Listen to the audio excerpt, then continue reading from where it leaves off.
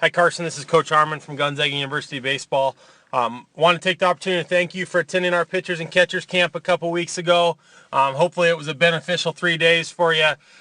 Just in terms of not only getting better for the 3 days that you were there, I feel confident with everybody that just putting in that amount of time and focus that you're going to make some strides. But more importantly, hopefully grasping some ideas and concepts of, how to train and get better on your own, some things to focus on to maximize, like I said, your training time that you're spending. I know you're a dedicated athlete in terms of, wanting to get better. And on that same note, okay, finding some ways to maybe understand your delivery even more. That's kind of what this video eval is about, is to go over your video, see how your mechanics work. Maybe we find one or two things that I personally would say, hey, I want to make a slight adjustment on this, and then it's up to you to apply some of those things to some of the drills and whatnot that you've learned, not only at our camp but over your years. And like I said, you have a good delivery. By no means are we going to be reinventing the wheel with a guy like you. So just more of a chance to kind of have a little open dialogue about your delivery. First thing is going to be a front angle shot here. Okay.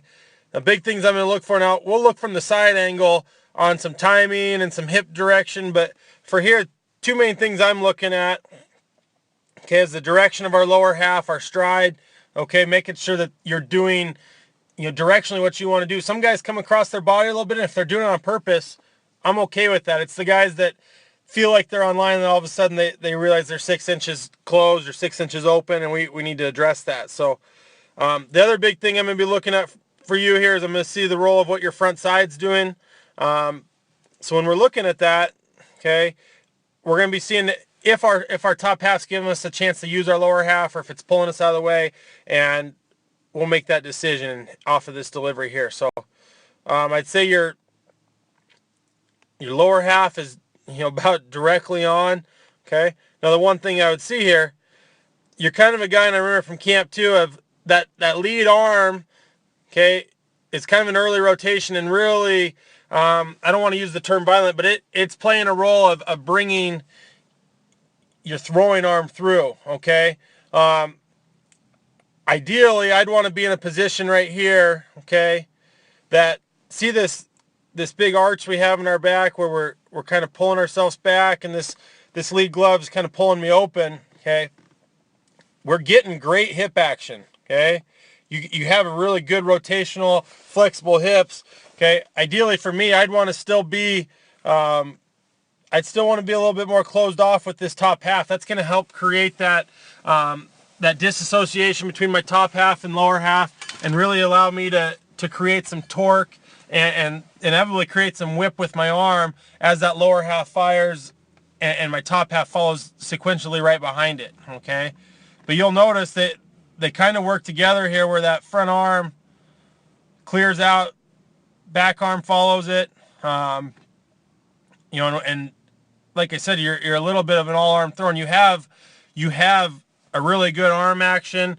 Okay, a good fast arm. I think though we could maybe clean up that top half just a little bit with that front side, and it's going to allow us to get more out of what our core and lower half are doing. Okay, we're just going to need to stay a little bit strong with that top half.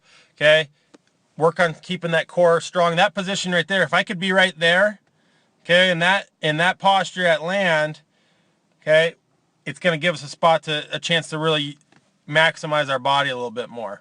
Okay, good finish. I like how you're at release. We get good pronation with our hand. Good idea of getting over that front leg. It's acting as a brake. Good things are happening there. So let's take a peek from the side angle here. Fast forward.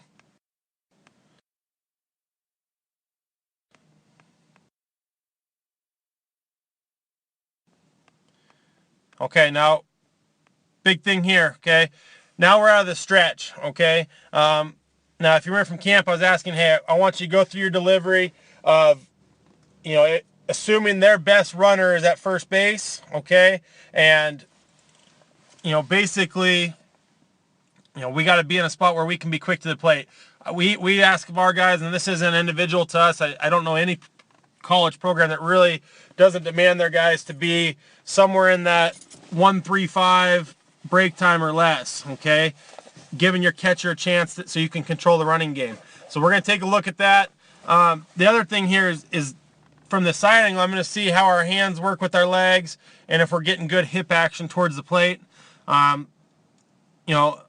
Looking right here, okay, things I would look at, and let's kind of just back this up and think how we'd look at this out of the windup. Okay, windup, we're almost doing the exact same thing. We just get to take, we get to take our jab step, obviously, and we get to take a little higher kick. But the big thing I'm looking for is when this leg reaches its peak, am I stacked up on that back side, okay? So I can know when to get my hands separated on time, okay? Now, watching you here as we're lifting, you notice how your hips are starting to already engage forward, okay? That's okay if that's what you do every single time, okay? If you're a guy that's trying to get to your peak and then get your hips firing, you can see you're a little bit drifty on this delivery. If you're purposely, as your leg's coming up, starting to engage that lead hip, okay, I'm good with that, because the idea for me is that I'm doing the same motion over and over again.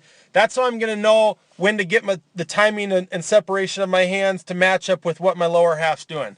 If I'm doing something different with my body every time, you're playing a guessing game of when to separate. But if I'm consistently able to do that action, okay, now you're going to be able to train yourself of when to get separated. And how are you going to know you're on time? Simply, are you consistently getting to the same release point? Are you throwing the ball where you want to? Okay, I know that sounds really simple, okay, but I'm not going to tell a guy he's not on time with his arm, okay, if he's throwing the ball where he wants to. If you're consistently missing, for a lot of guys, if they're late with their hands, inconsistent, they're going to miss high, they're going to miss arm side, or they're going to really feel themselves pulling that front side to catch their arm up and kind of feel their arm drag through, okay? That's up for you to kind of self-identify and understand that if I'm late and I'm missing arm side, that, hey, I'm probably late. I need to figure out the timing. That timing happens up here over the rubber. It does not happen down here at release, okay? So just knowing that, okay, we're going to watch our hands work with our lower half. Next thing I'm going to be conscious of, okay, lead hips in the lead here. I want to keep this lead shoulder behind my lead hip as long as I can until I get to my landing position here. So as I'm driving through, okay, we're maintaining that posture. The next thing I'm going to look at, okay, and just like we were from the front angle, how long can I keep this top half, okay, directional, and ideally we get to land. You can look at still shots of a lot of big leaguers, okay. I'd say the majority of them, they get to that land position. Their top half is still locked on, and that allows that lower half to really fire, and it creates that, like I said, creates that whip and torque that we're really looking for. Okay. Now you can see we're at land here, a little bit better out of the stretch than we were the windup. Windup, you might have been a little rushed. Who knows what it was, but you can see the roll of your front half really wants to start kind of, I use the term tucking or pulling to bring your arm through. Okay, I like to use the term with our guys. I want our front side to simply, it's not going to just stay stiff and rigid out there, but I'm going to use the term that front side's going to fold instead of tuck. See how you're tucking it to clear our chest for our arm to come through? I want our arm to be what drives my chest into my glove, if that makes sense. Okay, but pretty good delivery right here, Carson. You're doing a lot of good things. So I think the big thing for you is understanding that timing, getting back to that slide step or being quick to the plate. You're probably right borderline with the height of your leg kick. You just have to be on the watch and say, hey, am I quick enough right here to give my catcher a chance consistently and still feel like I'm getting everything on the baseball that I can, okay? That's something you're going to have to be able to do next year at the college level. But overall, like I said, good finish. Get a good firm front leg, okay? Doing a lot of good things in your delivery. I think the next thing for you, Carson, just to simply keep getting really good at being you. There's always little tweaks, but own your mechanics. And see how consistent you can get with them, and that's going to really help you take that next jump to, a little bit of velo jump, but also just to, keep enhancing our breaking ball, our changeup, and getting everything out of that same slot. So I look forward to watching your progress this spring. I'd appreciate if you could keep me in the loop, stay in contact with the schedule, and hopefully I'm going to get a chance to work with you again here soon. But please stay in contact. Have a great off season, and we'll talk to you soon. Go Zags!